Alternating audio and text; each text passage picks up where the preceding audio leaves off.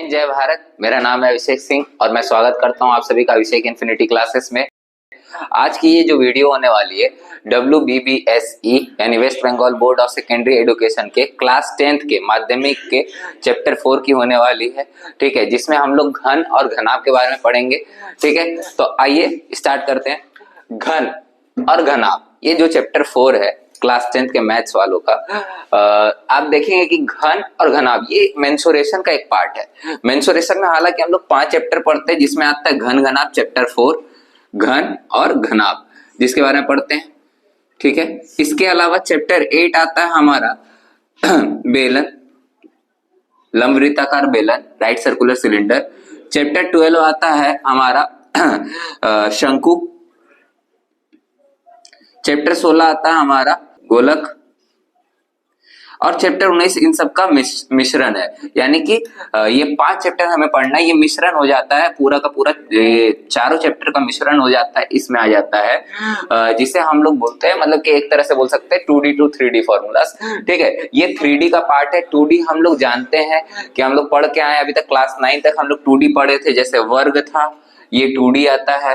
हमारा वृत्त था, ये 2D में आता है।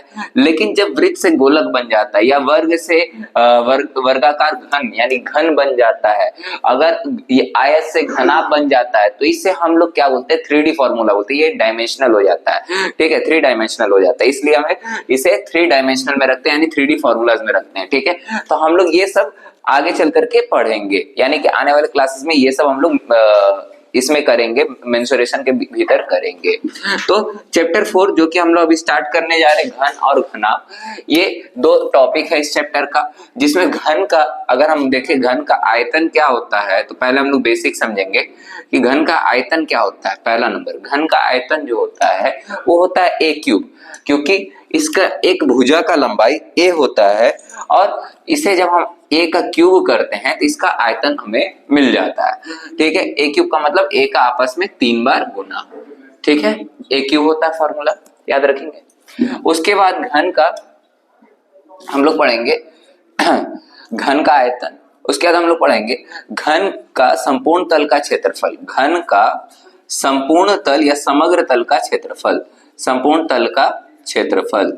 तो ये जो संपूर्ण तल का क्षेत्रफल होता है, अगर आप देखेंगे तो ये घन जो है वर्ग से बना हुआ, किससे बना हुआ है, वर्ग से। तो एक घन में 6 तल होते हैं। कितने तल होते हैं, 6 तल।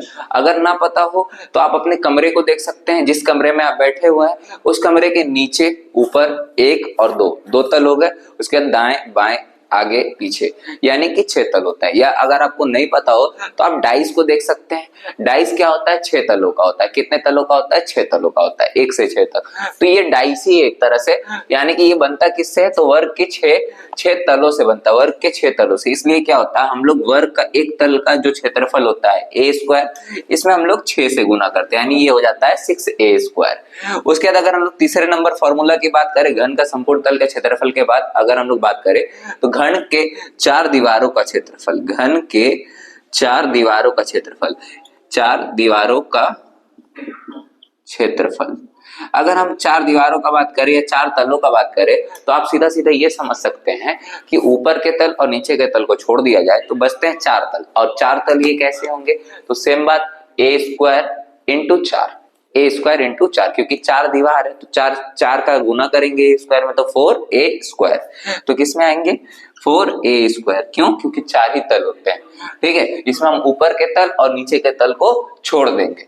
इसके बाद अगर हम लोग बात करें चौथा नंबर, इसमें फॉर्मूला घन के विकर्ण के बारे में, घन के विकर्ण के बारे में। अब घन का विकर्ण होता क्या है, तो घन का विकर्ण होता है, आप समझिए कि घन में कितना लंबा डंडा रखा जा सकता है। ठीक है, अब ये होगा इस कॉर्नर से उस कॉर्नर, जो आपका कमरा है।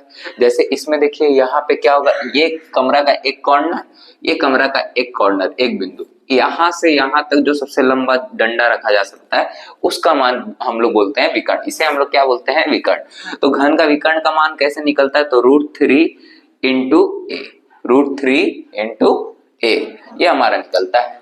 तो अगर आप लोग को समझ में आया हो तो इसको नोट डाउन करिएगा। क्या होता है, एक बार फिर से रिपीट करेंगे, घन का आयतन a³ घन का संपूर्ण तल का क्षेत्रफल 6a², घन के 4 दीवारों का क्षेत्रफल 4a²। क्यों? क्योंकि 4 दीवार ऊपर और नीचे के तलों को छोड़ा जाता है। और घन के विकर्ण, घन का विकर्ण जो होता है √3 × a, क्या होता है √3 × a। आपने वर्ग का विकर्ण पढ़ा होगा, क्यों? √2 × a। इसमें क्या था, अगर आप 2D फॉर्मूला में आएंगे तो सब फॉर्मूला आपको 2 के फॉर्म में मिलेंगे, और 3D फॉर्मूला में आएंगे तो आपको सारे फॉर्मूलास 3 के टर्म में मिलेंगे। ठीक है, अब आते हैं घन का आयतन के बारे में। घन का आयतन क्या होता है? तो देखो, घन का आयतन घनाभ का आयतन, जो कि ये इसे हम लोग आयत घन भी कहते हैं क्योंकि ये आयत से बना हुआ होता है। तो घनाभ का आयतन क्या होता है, जिसे वॉल्यूम बोलते हैं हम, आयतन क्या होता है? तो इसमें देखिए, पहले तो हम लोग को समझने वाला बात है, इसके साइड को हम लोग a कहते थे, तो इसके साइड का गुना हो गया 3 बार, तो a का क्यूब हो गया।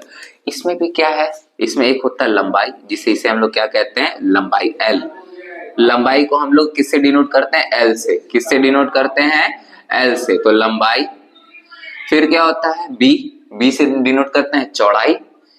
किसे डिनोट करते हैं, चौड़ाई। ठीक है, उसके बाद इसे बोलते हैं ऊंचाई को हम लोग बोलते हैं h, या ऊंचाई इसे बोलते हैं हाइट। ठीक है, इसे हम लोग क्या बोलते हैं, हाइट या ऊंचाई। लंबाई चौड़ाई गुना ऊंचाई। ठीक है, इसमें क्या होता है, 3 चीज को फिर से देखेंगे, लंबाई, चौड़ाई और ऊंचाई। आप जहां कहीं भी बैठे हैं, उस कमरे का कुछ लंबाई होगा, उस कमरे का कुछ चौड़ाई होगा, लेकिन उस कमरे का कुछ ऊंचाई भी होगा, जिसे हम लोग बोलते हैं हाइट। यानी कि लंबाई हो गया l, चौड़ाई हो गया b और ऊंचाई हो गया h। ठीक है, तो आयतन का फॉर्मूला जो होता है, इन तीनों का गुणनखंड होता है, यानी लंबाई गुना चौड़ाई गुना ऊंचाई। ठीक है, दूसरा नंबर फॉर्मूला क्या है कि घनाभ का संपूर्ण तल का क्षेत्रफल। घनाभ का संपूर्ण तल का क्षेत्रफल, घनाभ का संपूर्ण तल का क्षेत्रफल क्या होता है, तो 2 × l × b plus b × h plus l × h, ये फॉर्मूला होता है। यानी कि लंबाई का चौड़ाई से गुना, चौड़ाई का ऊंचाई से गुना, फिर लंबाई का ऊंचाई से गुना, ये घनाभ का संपूर्ण तल का क्षेत्रफल का फॉर्मूला होता है।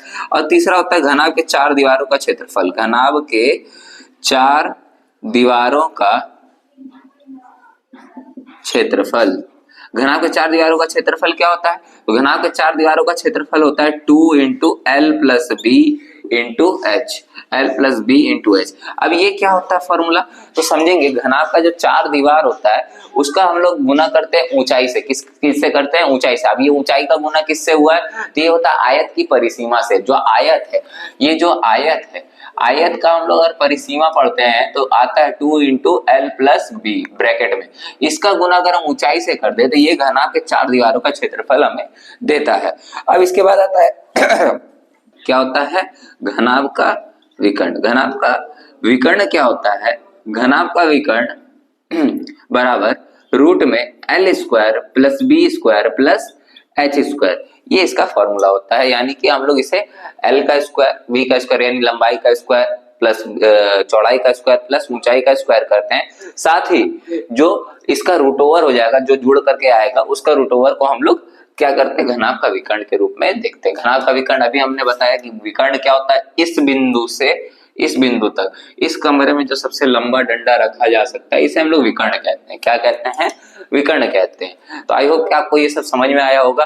अब हम लोग बढ़ेंगे क्वेश्चन नंबर 1 की ओर। क्वेश्चन नंबर 1 जो है, कहा है इसमें हम लोग परिवेश के 4 आयताकार एवं 4 घन आकार की वस्तुओं के नाम लिखें। तो 4 आयताकार क्या है, 4 आयताकार वस्तुएं क्या होती हैं, तो 4 आयताकार वस्तुएं हम लोग, आप लोग देखा होगा, आपने कॉपी देखा होगा, किताब देखा होगा, या कोई भी आयत बनाते हैं वो सब देखा होगा। घनाकार वस्तुएं तो जैसे डाइस हो गया, ठीक है। इसके अलावा आपका ये क्या बोलते हैं, खेलने वाला बच्चों का क्यूब हो गया, वो हो सकता है कोई डिब्बा हो गया, कोई बॉक्स हो गया जो चारों तरफ से बराबर हो, मतलब उसका लंबाई भी बराबर हो, चौड़ाई भी बराबर हो और ऊंचाई भी बराबर हो। इसे हम लोग क्या बोलते हैं, 4 घनाकार वस्तुओं के रूप में रखते हैं, यानी कि ये चीज। उसके बाद आता है दूसरा नंबर क्वेश्चन, पास में बने आयताकार घन के चित्र के तलों, भुजाओं एवं शीर्ष बिंदुओं को लिखें। तो उसका जो बिंदु है आप देख सकते हैं, उसको लिख सकते हैं, ठीक है। पास में बना जो घर आयताकार घन है, उसके चित्रों का जो तल है, तल क्या है, भुजा क्या है एवं शीर्ष बिंदु क्या है। तो शीर्ष बिंदु आपको दिख रहा होगा A B C D E F G H करके दिख रहा होगा। ये सभी इसकी मुख्य बिंदुएं हैं। जो मुख्य क्वेश्चन आता है वो तीसरे नंबर क्वेश्चन से आता है, जो कि हम लोग नेक्स्ट क्लास में करेंगे। ठीक है, आज के लिए इतना ही रखते हैं। सेवा समाप्त।